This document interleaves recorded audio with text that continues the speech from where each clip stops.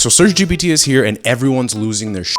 Nobody knows how it's going to impact their SEO. But me, I honestly don't care because I'm still seeing results like this and like this. Haven't been utilizing AI in my SEO practice since its inception. In this video, I'm going to outline the top impacts that I see and the different things that you're going to need to change about your SEO strategy. So let's just jump right to it. So the very first thing I'm just going to say bluntly, you are going to lose traffic. Now that being said, you might lose traffic in one area and you might gain it in a different area. As you guys have seen how Perplexity works and how SearchGPT works now, they're now sourcing the top of the SERPs in Google. So what I've noticed with some of my clients is that I might be losing a very minimal amount of organic traffic, but it's now appearing as direct traffic or referral traffic. So if you look here, this is kind of, I'm seeing a whole lot of references from ChatGPT and Perplexity.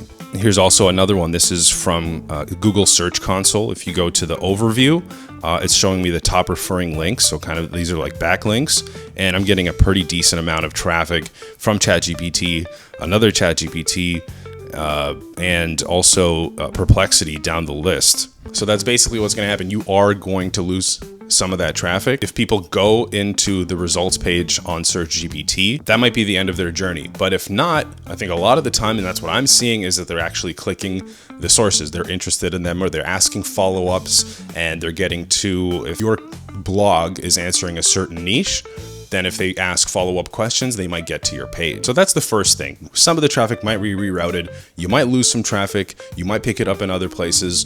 So right now, what I'm seeing from clients, it's kind of a zero-sum game. So nothing crazy to worry about here. So with that being said, it's going to be very difficult to analyze organic traffic.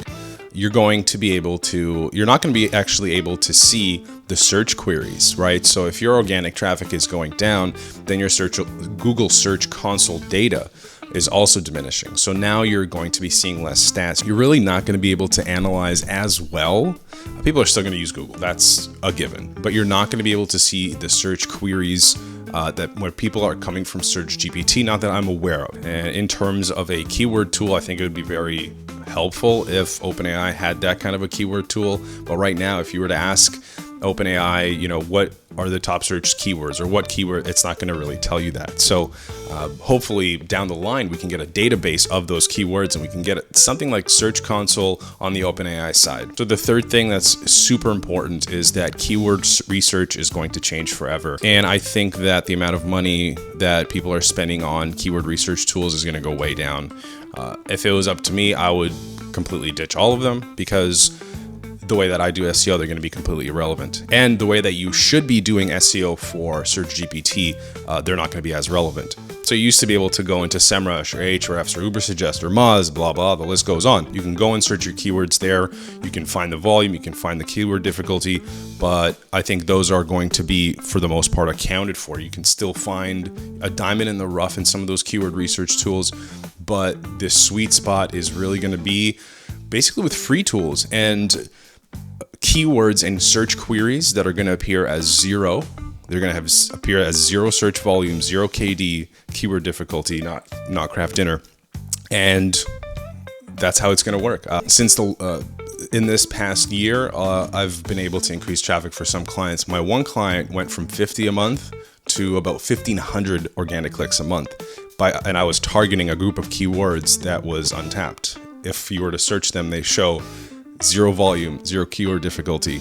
Basically, it's going to become like a news cycle, and it's going to become like social media, where if you are the first to a story or the first to a news event, then you are able to be in a less competitive market in terms of keywords, right? So some of these things like, best insurance for old people or dogs, whatever, those are going to be grandfathered in. So your opportunity is going to be, especially if you have a new site, no backlinks, no domain authority, your solution is going to be in some of these brand new keywords that nobody is really looking at, trending topics. And on the back of that, point number 4 is you're going to have to use different tools. So you can use the Keyword Planner, which is one of my favorite tools. It's directly from the source.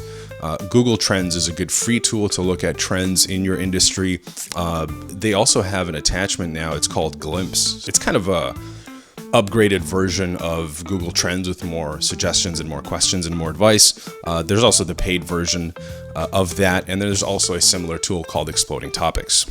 Tools like these, I find you will be able to use to search for upcoming trends. That's really going to have a positive effect on your SEO. And the final thing is kind of SEO related, but it's more on the paid ad side of things. As we start seeing less people on Google, obviously 200 million a week are using OpenAI. Until Google figures its shit out, to be honest, a lot of that traffic is going to go to SearchGPT. I've been seeing a lot of people on social media saying I haven't even touched Google since SearchGPT came out. I don't have the need to do that. So that being said, the efficacy of cost per click ads on Google. So for SERP results, I mean, I think YouTube is still going to hold strong. A lot of these affiliate and third-party advertisers from Google will still work, everyone in the Google network, but simple SERP search results ads for Google will be less effective until Google can figure out a way to fix that issue and get people back to Google. I don't know, that's going to be easier said than done. And that's the end. That's a quick one. I might get into I have a whole list of these things that I'm continuously working on. But what do you guys think? How do you think these things are going to impact? Do you think they're going to have any effect? Love to hear your thoughts. Any SEOs? Anybody has questions? Guys, make sure to like and subscribe. I'm really trying to grow this channel. Okay, please do all that stuff. Thanks for watching.